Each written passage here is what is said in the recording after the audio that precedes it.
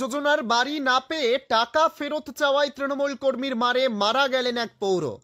টাকা দিয়েও মেলেনি আবাস যোজনার বাড়ি। টাকা ফেরত চাইতে গেলে তৃণমূল কর্মীর বেধড়ক মারে মৃত্যু হয় এক পৌরের। রবিবার সকালে ঘটনায় রঘুনাথগঞ্জের মিঠিপুরে চাঞ্চল্য ছড়ায়। মৃতের নাম কালু শেখ। বলতে আবাস যোজনার যে টাকা বাড়িগুলো আসছে, তো ওই বাড়িগুলোর জন্য পয়সা দিয়েছিল আমার বড় আব্বা। ওটা তো পয়সা যখন বাড়ি যখন আসছে না বিরক্ত হয়ে যখন জানায় যে আমার পয়সা নিয়েছে 2000, আমার কাছে পয়সা খেয়ে নিয়েছে, টাকা আমার পয়সাটা ফেরত দে। পয়সা ফেরতের কথাই বলতে গিয়ে তাই নাকি ওকে যারা সাধারণ মানুষ, ওদের জোর আছে অনেক, পয়সা ইনকাম করে, তো যাই হোক রাজনীতি থেকে চুরি চামারি করে খেয়ে বেড়ায়। তো এইভাবে পয়সা কিন্তু চাইতে গিয়ে মানে প্রচন্ড এত মার মেরেছে, এত রড দিয়ে ইট দিয়ে পুরো মাথা কান ফ্র্যাকচার করে দিয়েছে পুরোটাই। এখন বর্তমানে ওটিতে আছে, আমরা তো আপনাকে দেখাতে পারছি না, তো ওটিটা যেমনই বের হবে আপনাকে দেখালে বুঝতে পারবেন বিষয়টা। মানে এত ভাবে মার মেরেছে। টাকা দিয়েছিল আমাদের গ্রামেরই মিঠুন শেখ বলে একজনকে। কোন পার্টি? তৃণমূল পার্টি। তৃণমূল কিনা জানি না, তবে রাজনীতি করে ওটা জানি। কোন পার্টি করছে সেটা জানি না আমি, কিন্তু রাজনীতি করে। আবাস যোজনা টাকা দিয়েছিলেন? হ্যাঁ, আবাস যোজনা বাড়ি ঘর টাকা দিয়েছিল আপনার টাকা? হ্যাঁ, টাকা চাইতে গেলে আপনার নাম? রাহিম শেখ। ভিডিও সাহেব দিকে দিকে টাকা নেওয়া হচ্ছে কেন? জবাব দাও। আবাসন নামে আবাস যোজনার নামে পরিবারদের কাছে টাকা নেওয়া হচ্ছে কেন? ভিডিও সাহেব জবাব দাও। বয়স 57, তার বাড়ি রঘুনাথগঞ্জ থানার মিঠিপুর গ্রাম পঞ্চায়েতের মুকুলপুরে। অভিযোগ, তৃণমূল কর্মী মিঠুন শেখ ওই পৌরকে বেধড়ক মারধর করে। স্থানীয়রা তাকে গুরুতর আহত অবস্থায় উদ্ধার করে প্রথমে জঙ্গিপুর মহকুমা হাসপাতালে ভর্তি করে। তড়িঘড়ি তাকে কলকাতা মেডিকেলে রেফার করা হয়। সেখানেই চিকিৎসাধীন অবস্থায় রবিবার সকালে তার মৃত্যু হয়। কালু শেখের পরিবারের লোকজনের অভিযোগ, ওই তৃণমূল কর্মী তাকে আবাস যোজনায় বাড়ি পাইয়ে দেওয়ার কথা বলেন।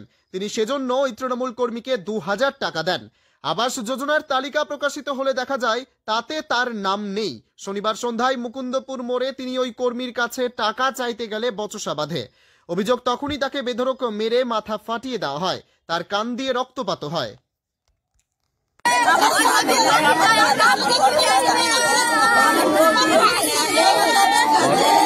আসল নাম হচ্ছে আব্দুল লতিফ, লুৎফল মাস্টারের ছেলে।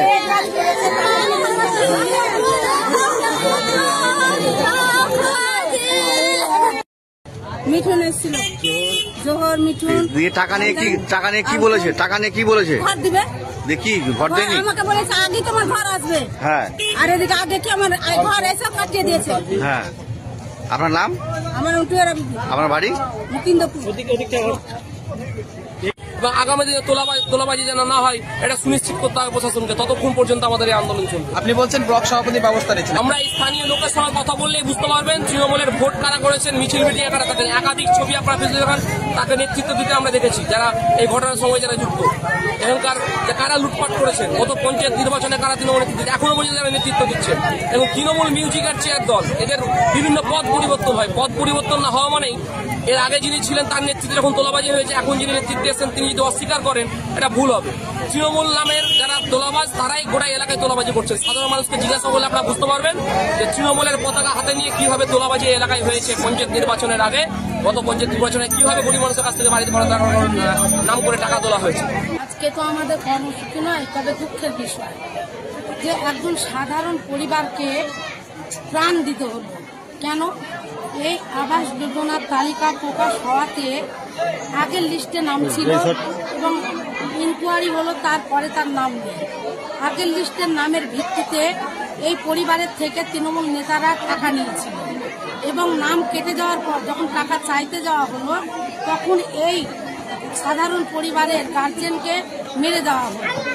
আজকে দেখুন, অসহায় একটা পরিবার, অত্যন্ত গরিব পরিবার, এই যেভাবে মেরে দেওয়া হলো, তাহলে আজকে এর দায়ভার কে নেবে?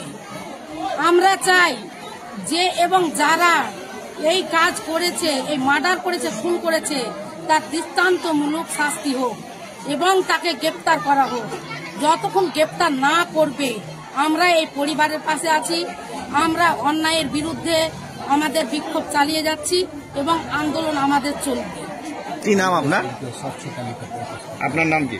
আমার নাম আমি রেশমি বিবি, রঘুনাথগঞ্জ মহিলা কংগ্রেস কমিটির সভানেত্রী এবং প্রদেশ